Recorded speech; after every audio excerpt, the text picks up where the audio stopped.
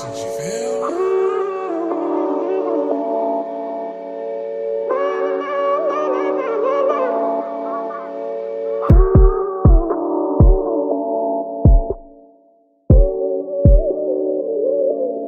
is Kurn.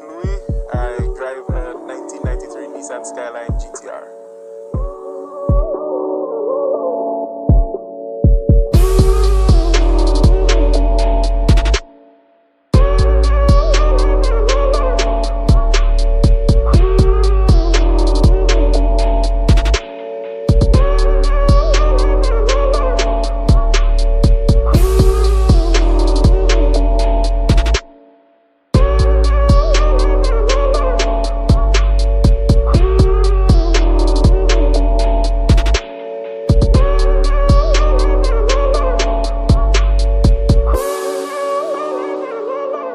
That is actually, I would consider it my fourth sports car.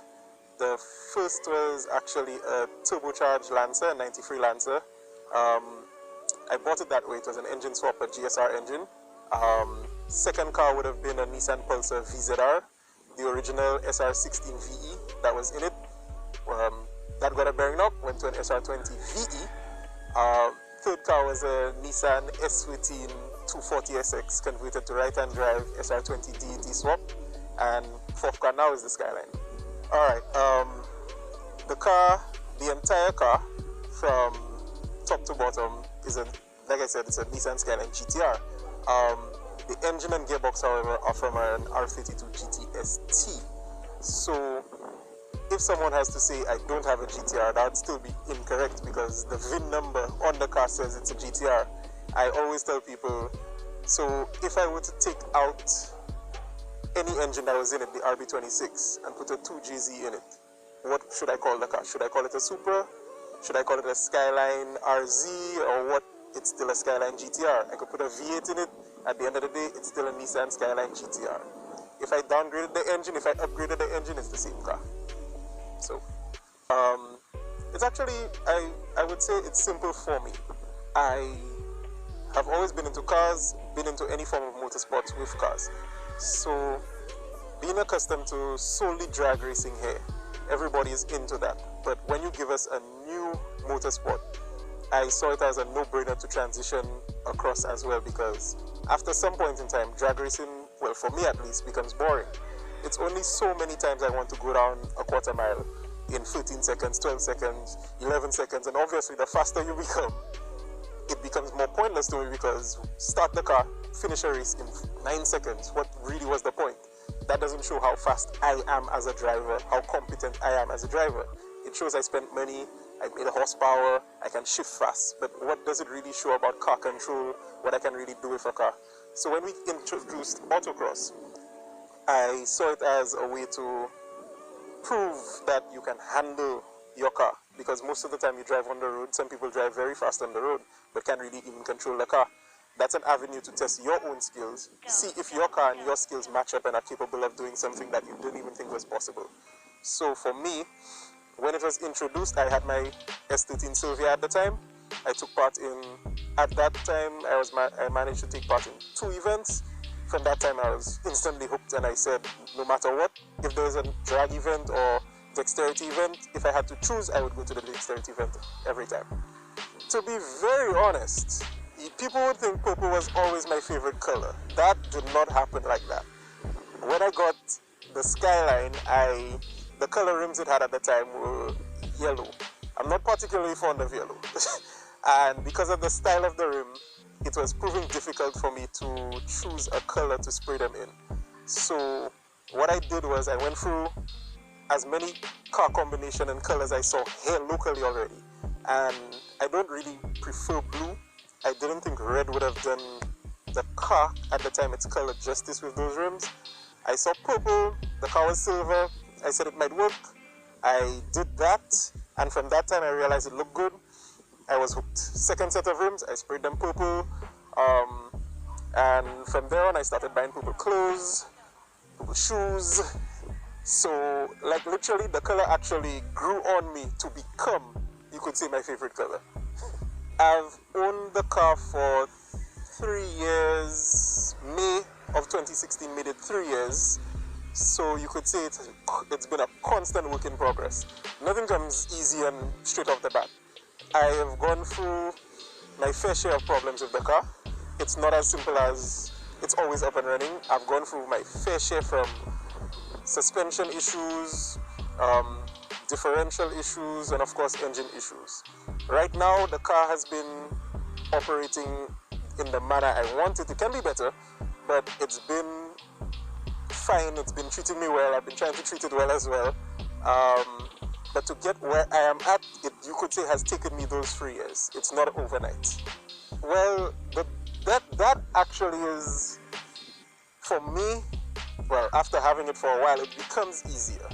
Some other guys will tell you it's no problem and what have you. But I look at the guys who tell me this as that's seasoned guys.